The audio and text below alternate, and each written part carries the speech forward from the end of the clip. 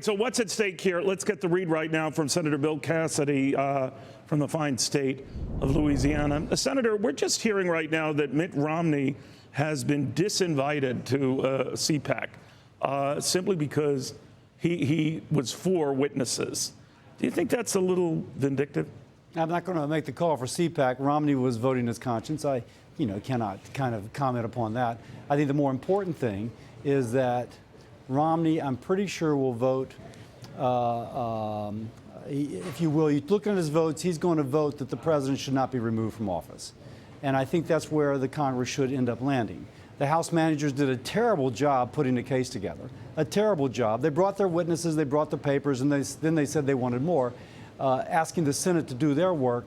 I don't think that's where we should be. I think that's where we'll all land.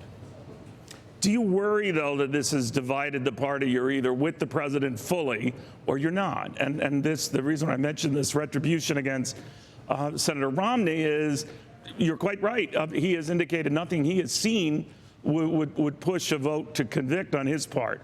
But just saying that he was open to witnesses gets him disinvited to a conservative powwow. Seems a little tacky, doesn't it?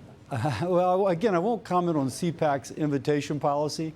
I will say that if that is the crack we have in our party, it's a pretty minuscule crack.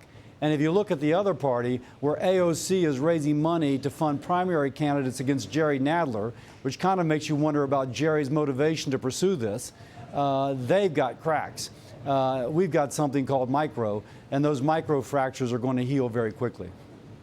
So when all this is said and done, and assuming the president avoids conviction here, do you find anything just unseemly about what he did? I mean, maybe that didn't meet, an impeachable offense or high crime and misdemeanor. But if you were to see that kind of behavior or the president taking that kind of action to get information on a potential opponent, would it bother you?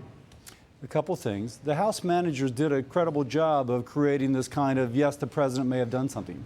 And the White House counsel did a very credible job of creating a reasonable doubt. That is a standard I am bringing to this.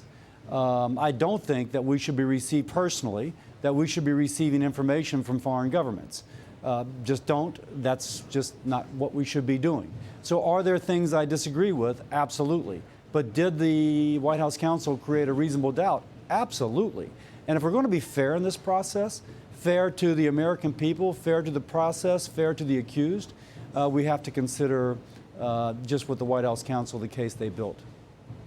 All right, Senator Cassidy, thank you very much for taking the time. We appreciate it.